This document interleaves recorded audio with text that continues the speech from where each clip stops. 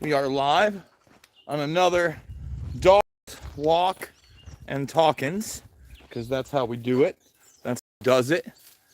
And I wanted to talk about the upcoming Jim Caviezel movie, Sound of Freedom, that comes out on the 4th of July. And then I also wanted to discuss the R Rescue program, etc. rrescue.org is the website. And it's so crazy to me. Here we are, we're live, right? 77,000 plus followers, 2 people watching. 77,000 subscribers, 4 people watching. Yeah, no, I'm sure the algorithm's totally fair. Totally fair. So, if you've been watching, guys, I've been doing the Making Sense of the Madness broadcast. And on that recently, I just posted it to my own channels, except for YouTube. I don't think I'm going to be posting much of my Making Sense of the Madness stuff on YouTube for a number of reasons. I think that if you got a Rockfin, great. Go check it out over there. That always helps. But I think for the most part, it's going to be Rockfin, Rumble, and Twitter. And that's where you can find it. If you're not following me on Twitter, you really are missing a lot of the stories that I don't cover and should be covering, or I forget to cover, or I have planned to cover and I don't get to. And then a lot of the broadcasts that maybe you might have missed on a repost, etc. And a lot of other great stuff. So follow me on Twitter at Jason Bermas. So talked to Matt Osborne, and a gentleman who I guess he got his start laundering money for the cartels. And then at one point, again, go watch the interview for yourself so you can figure out what you think about this. He gets into one of these orphanages in which basically the orphans consist of all the children of the prostitutes. And then he realizes that a bunch of these orphans are also being prostituted themselves. And he has like a come to God moment. And this is when he decides he's going to start rescuing children. And his name is quote unquote Batman. That's what he goes to, the Batman. And it was a really interesting conversation. Why am I bringing this up? Stop. Hey, let's chill out. We got Smoke is very excited. It's the first walk of the day. Been pretty busy throughout the afternoon. Went and looked at a building. Probably not happening. Was very unhappy with the building. Not gonna lie. It was a disappointing walkthrough. Certainly doesn't look like that property is in any kind of shape to do anything that I'd like to do in it anyway. But getting back to it,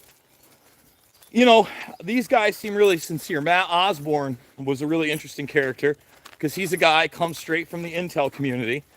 And I had brought up Epstein and other high-level trafficking in my monologue, and how it seems like those at the top are protected. And he talked about an instance where he began looking into Epstein, I believe, 8 years ago, he said. So 2014, 15, I think he said. And he got only so far, I think he said a few days in, and he got a phone call. He said there was nothing official, but it was definitely a high-level person. And he said, hey, man, back off this right now. You want to back off this. And he didn't really think much about it. He did as he was told. And, Osborne says, now he looks back on it, and obviously it's something that haunts him a little bit.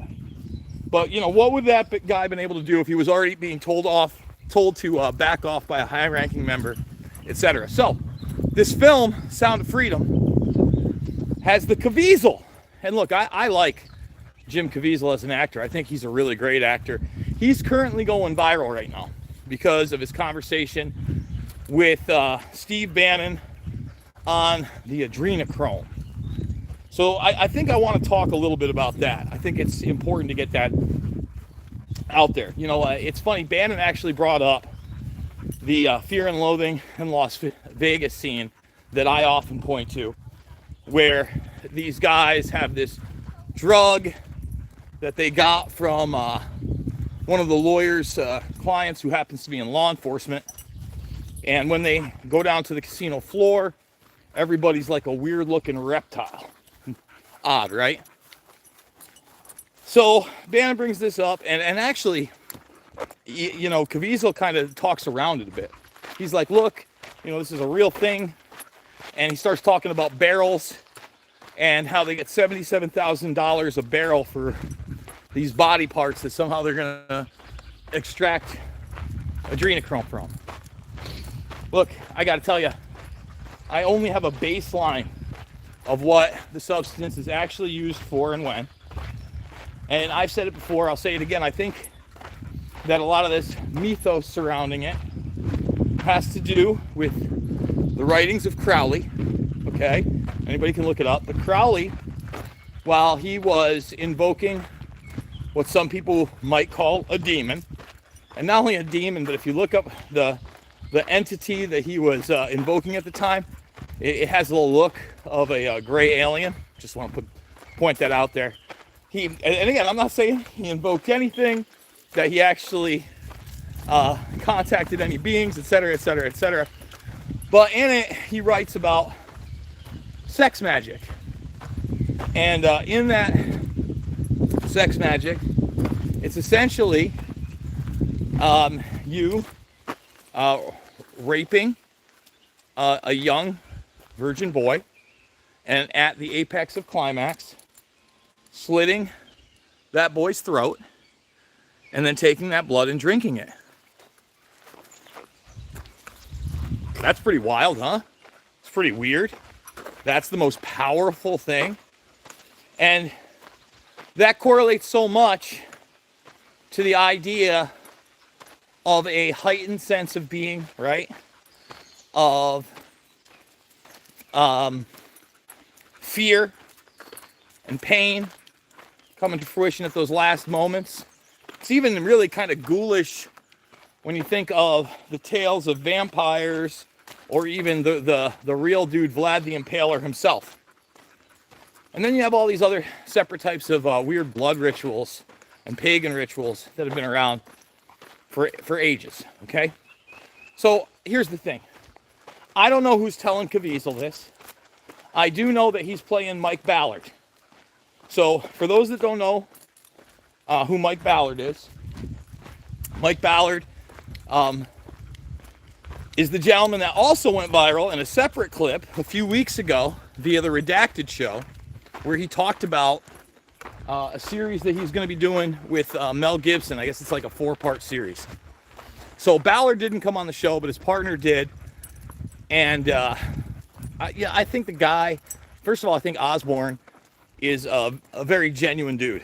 Okay, I think he's the real deal. I think their organization is a good one. I think they are really rescuing children when most people don't even want to talk about it. They work hand in hand with federal agents in South America when they go into those regions. That's I think, a pretty important aspect of it. Obviously, you don't want the type of vigilante justice that could somehow be framed in a negative light.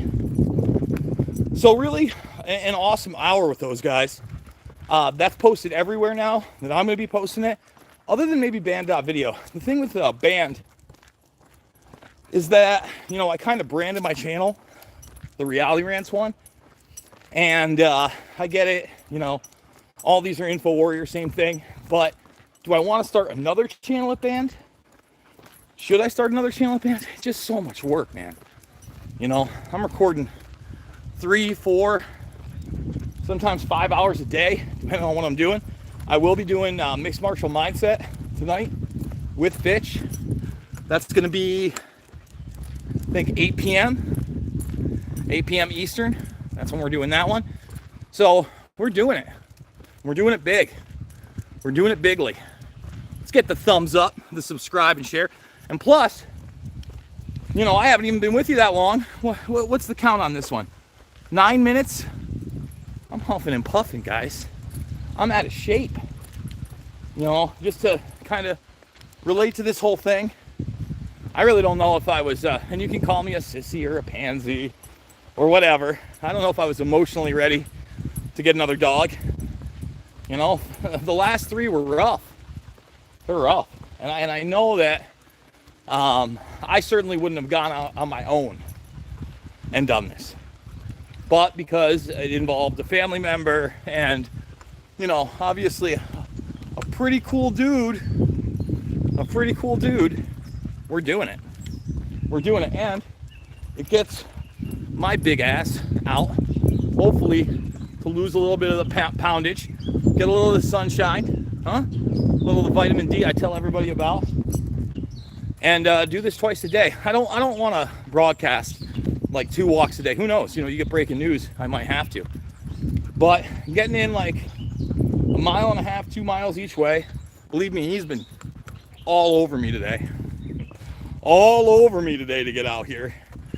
And then when we get home, he'll lie on the cool floor. And then in 4 hours, he'll be whining again, wanting to be a party boy, which is great.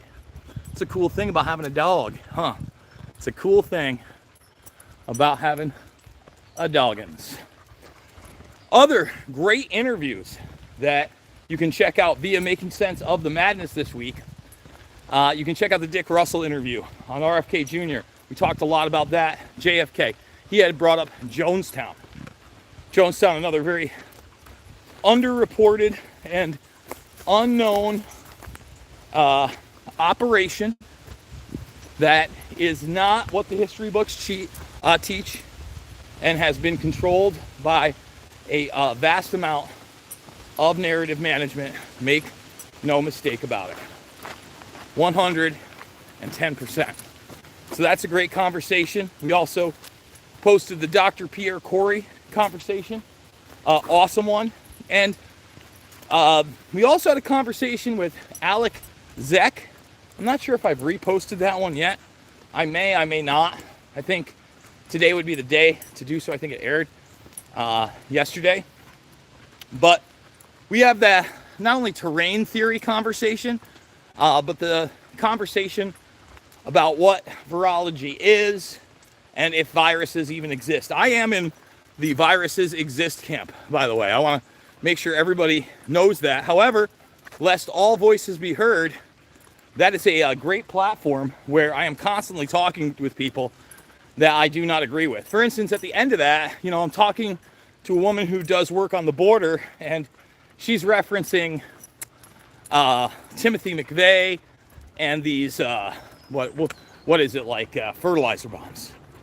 And it's at the very end of the episode, and I really don't have the time to go into, you know, that whole situation. But obviously, guys, I don't think that people crossing the border are going to be using fertilizer bombs. I think it's Johnny nonsense. Okay, I think that people pump the quote-unquote terror threat way too much. It's extremely dangerous. Once you call somebody a terrorist, all of a sudden they have no civil rights, no Bill of Rights, and that's something we really don't want. We want due process. We want more accountability. We want things out in the open. That's what our constitutional republic should be. It's far from that.